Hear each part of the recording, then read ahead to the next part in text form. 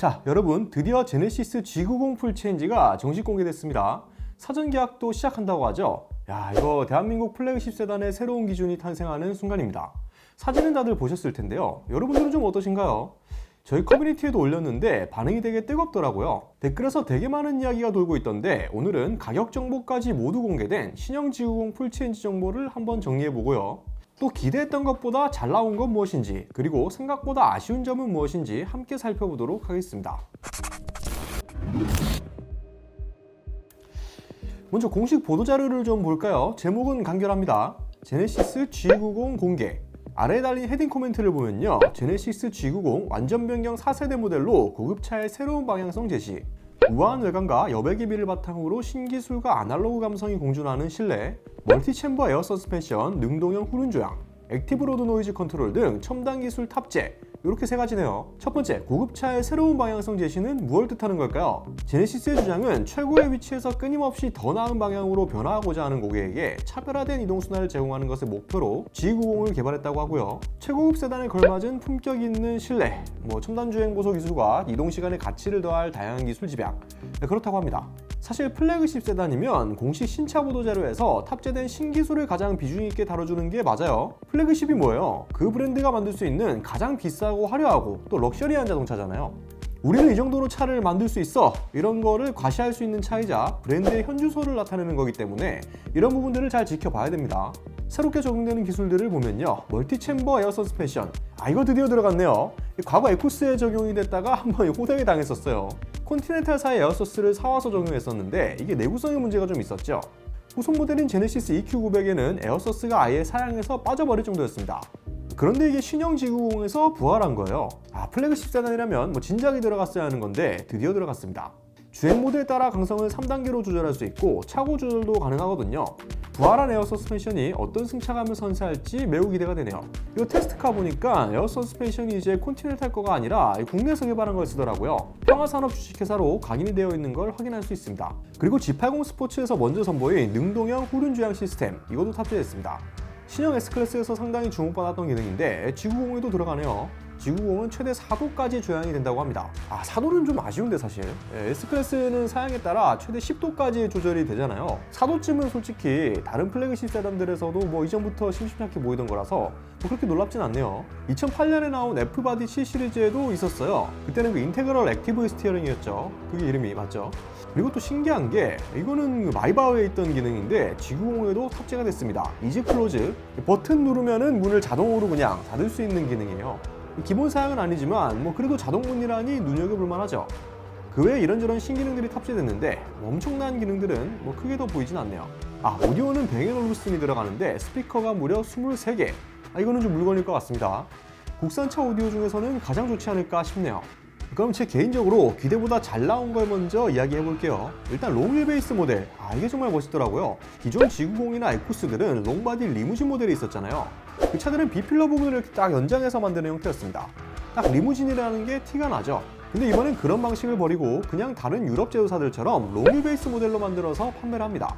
이제 B필러 잘라서 연장해서 만드는 게 아니라 뒷도어 길이를 좀 늘려서 만든 건데, 이거는 B필러에 마이바흐처럼 크롬도 들어가고 진짜 좀 고급차 같죠. 멋있습니다. 근데 보면 엔진이 달라요. 일반 세단은 3.5 가솔린 터보 단일 사양인데 롱휠베이스에는 3.5 가솔린 터보 엔진에 48V 슈퍼차저 시스템을 탑재했습니다. 제네시스 최초네요. 이게 아무래도 롱휠베이스 모델은 일반 모델보다 길고 무게도 무거우니 48V 슈퍼차저를 통해서 중저속 토크를 개선한 것 같습니다. 롱휠베이스 전용으로 제공되는 이 20인치 불판일도 참 멋있게 나온 것 같아요. 디자인은 저는 마냥 아쉽기보다는 왜 이런 식으로 나올 수밖에 없었을까라는 생각이 들더라고요. 일단 외관은 기존 G90은 좀 상당히 보수적이고 되게 묵직한 느낌이었다면 이번엔 제네시스 디자인 언어를 살리면서도 많이 젊어졌죠. 후면부 디자인은 솔직히 저는 아직 저 두 줄이 적응이 안 되긴 하는데 호불호도 많이 갈리더라고요. 그런데 실내만큼은 일단 기존 모델이 너무 구형 스타일이었어서 고급차의 감성을 듬뿍 불어넣는 부분만 놓고 보면 수준이 상당히 올라갔다는 생각이 듭니다. 후석도 보면 G90에도 드디어 그 센터 암레스트에 디스플레이가 장착됐거든요. 이게 8인치네요. 보통 유럽 세단들은 탈부착이 가능한 태블릿 스타일로 넣어주는데 G90은 고정식이라고 해요. 여기 또 상당히 또 그 고급스러운 또 감성에 한 스푼 더해주는 거라서 좋습니다. 그리고 뒷좌석 이쪽에 잡지 같은 걸 넣을 수 있는 공간도 있다고 해요. 이거는 좀 신선하네요. 앞서 언급한 자동으로 닫을 수 있는 도어도 이 마이바흐에 들어가는 건데 제네시스에도 들어가는군요. 국산차 수준이 이 정도로 올라왔습니다. 칭찬 한번 하죠. 잘한 건 칭찬해줘야죠. 그런데 아쉬운 부분도 당연히 있겠죠. 이게 그래도 플래그십 세단이면 다른 브랜드를 압도하는 제네시스만이 보여줄 수 있는 무언가가 좀 있길 바랬는데 그 부분이 좀 약한 것 같아요. 한 방이 아쉽다 이거죠. 원래 자율주행 레벨 3도 구현하기로 했었는데 이게 쏙 빠졌습니다. 그냥 다른 제네시스들이랑 별반 다를 게 없는 2단계 수준으로 나왔죠. 그리고 인테리어, 이것도 좀 많이 아쉬워요. 신형 G90 인테리어는 상당히 보수적으로 디자인을 한 것 같은데요. 소재나 이런 부분들은 그냥 사진만 봐도 굉장히 좋아진 것 같잖아요. 고급차라는 타이틀에 어울리게 말이죠. 근데 뭔가 그냥 디자인 자체가 이게 라이벌을 압도하거나 신선한 느낌을 주는 부분에서는 좀 부족한 것 같습니다. 오히려 레이아웃들이 되게 익숙하죠. 지금 메인 디스플레이 크기, 그것도 말이 많잖아요. 아래급 G80이나 SUV GB80, 심지어 GB70에도 14.5인치 디스플레이를 넣어주는데 플래그십 세단인 G90엔 12.3인치가 갑자기 들어갔어요. 지금 다른 제휴사들은 하나같이 막 대형 디스플레이 넣고 막 파노라마 타입으로 만들고 하는 게 대세잖아요. 제네시스도 14.5인치 디스플레이, 이거 상당히 강조하면서 내세웠었는데 플래그십에서 갑자기 12.3인치가 튀어나와 버리니까 좀 당황스럽기도 합니다. 이게 디자인 때문이라고 하는데요. 뒷좌석 승객의 안락함을 중시하는 소퍼 드리븐뿐만 아니라 운전석을 중시하는 오너 드리븐도 중요하게 바라봤다는 게 설명인데 이거는 좀 변명 아닌가. 아니, 그렇게 치자면은 그 막 초대형 디스플레이 적용하는 벤츠 같은 회사는 오너를 생각하지 않는 그런 차가 되는 건가요? 이건 좀 이상합니다. 일부 네티즌들은 그래야 페이스리프트 때 14.5인치 달아줄 수 있지 않냐 라고들 하시던데 그런 건가요? 제가 생각이 좀 짧았나 봅니다. 계기판이랑 메인 디스플레이 사이를 이어주는 이 버튼, 이것도 좀 왜 이렇게 했어야 됐냐 이런 생각이 들죠. 차라리 그냥 파노라마 타입으로 만들어주거나 일체형으로 초대형 디스플레이 같은 거 딱 적용해줬으면은 훨씬 좋았을 것 같은데 말이죠. 이게 그렇다고 이 부분에 엄청 중요한 버튼이 들어간 것도 아니에요. 보면은 계기판 조명 밝기랑 트렁크 버튼, 이거는 좀 오류인 것 같아요. 결국 계기판과 메인 디스플레이가 모두 12.3인치 GB60 전기차에 적용된 거랑 똑같죠. 심지어 계기판 테마도 GB60과 거의 유사해 보여요. 제가 예전에 GB60 영상에서 계속 이 차가 G90 풀체인지의 예고편입니다 라고 말씀드렸었는데 이게 그런 부분들이었어요. 쥐약돌 같이 생긴 스마트키도 GB60이랑 똑같은 스타일이죠. 그러니까 내연기관 G90이 GB60과 부품을 공유하는 느낌으로 간다. 이건 좀 이상하죠. 그럼 혹시 G90도 전기차가 나오는 거냐? 라고 하실 것 같은데 내년쯤에 전기차 버전도 나온다고 합니다. 그리고 휠도 좀 의아한 게 하나 있어요. 테스트카에서는 21인치 휠이 있었거든요. 그 벌집 모양처럼 생긴 거 멋있는 게 있었는데 이게 양산형에는 안 나왔어요. 21인치는 결국 포기한 건가? 디자인이 상당히 좀 멋있고 평도 좋았었는데 승차감 때문에 그랬던 건지 최종 단계에서 제외가 된 것 같아요. 좀 아쉽습니다. 가격도 되게 말이 많더라고요. 진짜 비싸지긴 했어요. 기존 G90은 3.8 가솔린 모델 시작 가격이 7,907만 원이었거든요. 공급 기준으로 맞춰보자면 3.3 가솔린 터보, 요거는 8,207만 원이었고요. 근데 신형 G90은 3.5 가솔린 터보 단일 라인업이고요. 배수세 인하 연장을 반영한 시작 가격이 8,957만 원입니다. 시작 가격이 꽤 올랐죠. 그러면 사실상 옵션 좀 넣다 보면 결국 이 차의 가격은 무조건 1억이 넘어갈 거라는 이야기입니다. 실제로 제네시스 견적 페이지에서 한번 견적을 내보면요. 이거 롱휠 베이스는 시작 가격이 무려 7,600만 원을 더해야 해요. 1억 6천만 원이 넘습니다. 기존 G90 리무진은 1억 2천 정도였는데 롱휠 베이스가 많이 올랐네요. 풀옵션은 1억 8천이 넘어요 지금. 미쳤다 이거. 일반 세단으로 볼게요. 진짜 욕심 안 부리고 옵션 딱 구성했을 때 1억이 넘는지 안 넘는지 한번 보자고요. 3.5 가솔린에 일단 훌은 선택하고 시트 스탠다드로 가볼게요. VIP 시트 욕심 버립니다. 그리고 뒷자리가 중요한 차니까 좀 넣을까요? 이거 선택하려면 뒷좌석 컴포트 패키지 1도 선택해야 한다는데 일단은 욕심 안 부리고 패스해 볼게요. 그 다음 컬러. 이번에 컬러가 되게 특이한 게 하나 있는데 한라산 그린이 등장했습니다. 한라산 하면 PD님 뭐 떠올라요? 한라산 소주 떠오르지 않나요? 소주? 네? 소주색이에요?